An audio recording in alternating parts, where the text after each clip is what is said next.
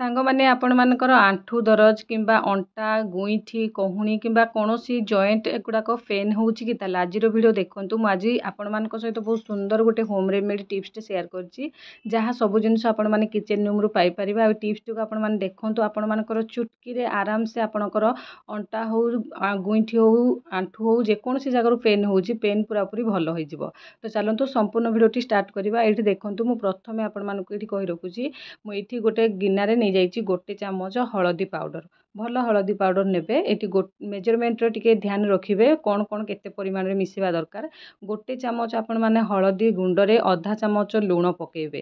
ତା ସହିତ ଆପଣମାନେ ନେବେ ସୋରିଷ ତେଲ। ଆପଣମାନେ ତ ଜାଣିଥିବେ ସୋରିଷ ତେଲ ଏଇସବୁ ଗୁଡ଼ାକ ଆମର ଥଣ୍ଡା ଜାତୀୟ ସମସ୍ୟା, ଯେମିତିକି ଜଏଣ୍ଟ ପେନ୍ଟା ଯଦି ଆପଣମାନଙ୍କର ଥଣ୍ଡାରୁ ହେଉଥାଏ ତାହେଲେ ଆପଣମାନେ ୟାକୁ ବ୍ୟବହାର କରିବା ଦ୍ୱାରା ଆପଣମାନଙ୍କର ଯେକୌଣସି ଜାଗାରୁ ପେନ୍ ହେଉଛି, ବିନ୍ଧା ହେଉଛି କିମ୍ବା ଆପଣମାନଙ୍କର ଦରଜ ରହିଛି ତାହେଲେ ତାକୁ ଭଲ ଭାବରେ ରିଲିଫ୍ ମିଳିବ, ଭଲ ଭାବରେ ଆରାମ ଲାଗିବ ସେ ଜାଗାଠୁ। ତ ଦେଖନ୍ତୁ, ଏଇଠି ମୁଁ ଏଇଟାକୁ ଦେଇକି ଭଲ ଭାବରେ ଗୋଳେଇକି ରଖିନେଲି। ଗୋଟେ ଚାମଚ ହଳଦୀ ଆଉ ଅଧା ଚାମଚ ଲୁଣ, 2 ଚାମଚ ସୋରିଷ ତେଲକୁ ତାକୁ ଗୋଳେଇକି ସେଇଟା ସାଇଡ଼୍ରେ ରଖିନେବେ। ତାପରେ ଆପଣମାନେ 1 ଇଞ୍ଚ ପାଖାପାଖି ଅଦା ନେବେ ଆଉ 2-3 କୁଲା ରସୁଣ ନେବେ। ରସୁଣ ଆପଣମାନେ ଦେଶୀ ରସୁଣ, ଭଲ ରସୁଣ ନେବେ। ରସୁଣ ବି ଆପଣମାନଙ୍କର ପେନ୍ ମାନେ ଯେକୌଣସି ଜାଗାରୁ ଦରଜ ହେଇଥିବା, ପୀଡ଼ା ହେଇଥିବା ପେନ୍କୁ ରିଲିଫ୍ କରିବା ପାଇଁ ବହୁତ ସୁନ୍ଦର କାମ କରେ। ତା ସହିତ ଆପଣମାନେ ଏଇଠି ନେବେ ଅଦା। ଅଦା କ'ଣ କରିବ ନା ଆପଣମାନଙ୍କର ବ୍ଲଡ଼ ଗୁଡ଼ାକ, ସ୍କିନ୍ ତଳେ ଥିବା ବ୍ଲଡ଼ ଗୁଡ଼ାକ ଭଲ ଭାବରେ ସାର୍କୁଲେସନ୍ କରିବ, ଯାହାଫଳରେ ଆପଣମାନଙ୍କର ଯେଉଁ ପେନ୍ ରୁହେ, ଶିର ଟାଣି ହେଇଯାଏ, ସେସବୁ ସମସ୍ୟା ବି ହେବନି। ଆପଣମାନଙ୍କୁ ଦେଖନ୍ତୁ, ଏଇଠି 2-3 କୁଲା ରସୁଣ ଆଉ ଅଦାକୁ ଭଲ ଭାବରେ ଏକାଥରକେ ସେ ଜାଗାରେ ଗ୍ରେଟ୍ କରିନେବେ ଛୋଟ ଛୋଟ। ନହେଲେ ଆପଣମାନେ ଛେଚିକି ବି ପକାଇ ପାରିବେ, ଯେମିତି ହେମଦସ୍ତାରେ ଛେଚିକି ଆପଣମାନେ ପକାଇ ପାରିବେ, କିମ୍ବା ଅଦା ରସୁଣର ପେଷ୍ଟ ବି 1 ଚାମଚ ଆପଣମାନେ ଏଥିରେ ଦେଇପାରିବେ। ଦେଖନ୍ତୁ, ମୁଁ ଯାହା ସବୁ ଆପଣମାନଙ୍କୁ କହିଲି ଆଜି ସବୁ କିଚେନ୍ ରୁମ୍ରୁ ଥିବା ଜିନିଷରେ ଆପଣମାନେ ଏଇ ଟିପ୍ସଟିକୁ ବ୍ୟବହାର କରିପାରିବେ।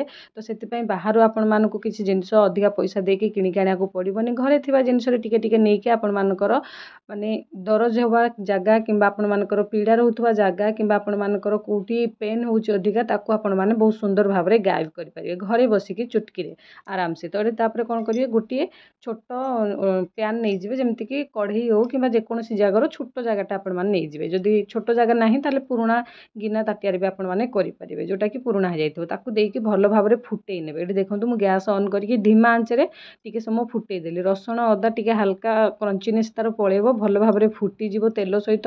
ତା ସହିତ ଏଥିରେ ହଳଦୀ ପଡ଼ିଛି, ଲୁଣ ପଡ଼ିଛି, ଏ ସବୁ ଜିନିଷକୁ ଭଲ ଭାବରେ ଦେଇକି ଭଲ ଭାବରେ ଟିକେ ସମୟ ପାଇଁ ଫୁଟେଇ ଦେବେ।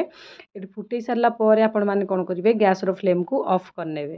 ଏବେ ଆପଣମାନେ କ'ଣ କରିବେ, ଗୋଟିଏ କଟନ୍ ନେଇ ଆସିବେ, ଯେମିତିକି ଆମର ତୁଳା ହେଉ କିମ୍ବା କଟନ୍ କପଡ଼ା ହେଉ, ଯେକୌଣସି ଜିନିଷ ଯେମିତି ଆମର କପଡ଼ା ଉପରେ ରହିଲା କଟନ୍ ନେବେ, ଜମା ଅଲଗା କପଡ଼ା ନେବେନି, କଟନ୍ କପଡ଼ା ନେବେ। ଆଉ ତା ସହିତ ଯଦି କପଡ଼ା ନେବେନି, ଆପଣମାନେ ତୁଳା ଆସୁଛି ଆମର ନର୍ମାଲ, ଯେମିତି ବ୍ୟାଣ୍ଡେଜ୍ ବେଳେ ତୁଳା ଦରକାର ହୁଏ, ସେଇ ତୁଳାକୁ ଆପଣମାନେ ନେଇଯିବେ। ହାଲକା ଟିକେ ନେଇକି ତାକୁ ଏମିତି ଗୋଲାକାର କରିକି ତୁଳାକୁ ମାନେ ଇଏ କରିନେବେ। ତ ଏଇପରି ଦେଖନ୍ତୁ, ନହେଲେ ଏପରି ଭାବରେ ଧଳାର କୌଣସି କପଡ଼ା ଯଦି ଥିବ ଆପଣମାନେ, ମାନେ କଟନ୍ର, ଧଳା ହେଉ ଯେକୌଣସି କଲର୍ ହେଉ, କିନ୍ତୁ କଟନ୍ର କପଡ଼ା ଆପଣମାନେ ନେଇଯିବେ।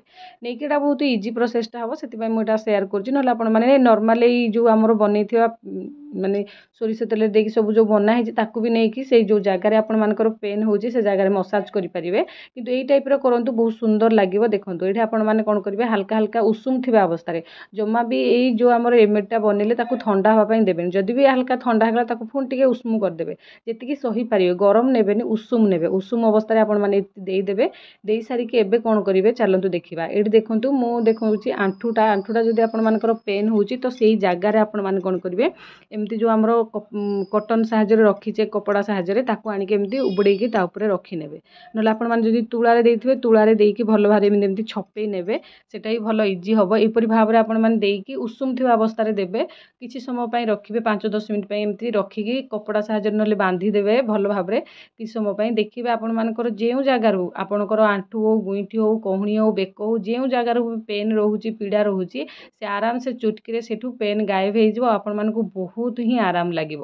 ତ ନିହାତି ଘରେ ଏଇ ଟିପ୍ସଟି ଆପଣମାନେ ବ୍ୟବହାର କରନ୍ତୁ, ତାପରେ ଯାଇକି ଜାଣିପାରିବେ। ତ ଆଜିର ଭିଡ଼ିଓଟି ଯଦି ଆପଣମାନଙ୍କୁ ଭଲ ଲାଗିଥାଏ, ଭିଡ଼ିଓକୁ ଲାଇକ୍ କରିବେ, ଅନ୍ୟମାନଙ୍କ ସହିତ ସେୟାର କରିବେ। ତା ସହିତ ଆପଣମାନେ ଜାଣିଥିବେ ଏଇଟା ବହୁତ କମ୍ ଦାମରେ ଘରେ ବନେଇଯିବ। ଆପଣମାନଙ୍କୁ ଯଦି ବି କୌଣସି ଟାବଲେଟ୍ ମେଡ଼ିସିନ ଖାଇବା ପୂର୍ବରୁ ଏଇ ଚିକିତ୍ସା ପ୍ରଥମେ କରନ୍ତୁ କୌଣସି ଅଏଣ୍ଟମେଣ୍ଟ ଲଗାଇବା ପୂର୍ବରୁ। କାରଣ ପ୍ରାକୃତିକ ଜିନିଷରେ ଆପଣମାନେ ଯଦି ଠିକ୍ ହେଇପାରୁଛନ୍ତି ଅନେସେରୀ ମେଡ଼ିସିନ ଖାଇବା କିଛି ବି ଆବଶ୍ୟକ ପଡ଼ିବନି। ତ ସେଥିପାଇଁ ପ୍ରଥମେ ଆପଣମାନଙ୍କୁ କହୁଛି ହାଲକା ଫୁଲକା ଦରଜ ହେଉଛି ସହିପାରୁଛନ୍ତି ତାହେଲେ ଏଇ ରେମେଡ଼ିକୁ ଆପଣମାନେ ଆପ୍ଲାଏ କରନ୍ତୁ। ଦେଖିବେ ଆପଣମାନେ ଏଇ ଟାଇପ୍ର କଲା ପରେ 5 ମିନିଟ୍ 2 ମିନିଟ୍ ଭିତରେ ଆପଣମାନଙ୍କର ପେନ୍ ପୁରାପୁରି ଭଲ ଭାବରେ ରିଲିଫ୍ ମିଳିବ, ଶାନ୍ତି ମିଳିବ, ଆପଣମାନଙ୍କୁ ପୁରା ପେନ୍ ସେଇଠୁ ଗାୟବ ହେଇଯିବ। ଆଉ ଆପଣମାନଙ୍କର ଥଣ୍ଡା ସମସ୍ୟା ଥିଲେ ବି ଗାୟବ ହେଇଯିବ। ତ ଆଶା କରୁଛି ଟିପ୍ସଟି ଭଲ ଲାଗିଥିବ। ଭିଡ଼ିଓକୁ ଅନ୍ୟମାନଙ୍କ ସହିତ ସେୟାର କରିବେ। ଯଦି ଭିଡ଼ିଓ ଭଲ ଲାଗିଥାଏ ଚ୍ୟାନେଲକୁ ସବସ୍କ୍ରାଇବ୍ କରିବେ। ଯଦି ଫେସବୁକ୍ ପେଜରେ ଦେଖୁଛନ୍ତି ମୋ ପେଜକୁ ଫଲୋ କରିବେ। ତା ସହିତ ଆପଣମାନଙ୍କର ମତାମତ ମୋତେ କମେଣ୍ଟ ସେକ୍ସନରେ ଜଣାଇବା ପାଇଁ ଜମାରୁ ଭୁଲିବେନି। ଆଜିର ଭିଡ଼ିଓଟିକୁ ମୁଁ ଏଇଠି ରଖୁଛି। ରହିଲି। ନମସ୍କାର। ଜୟ ଜଗନ୍ନାଥ।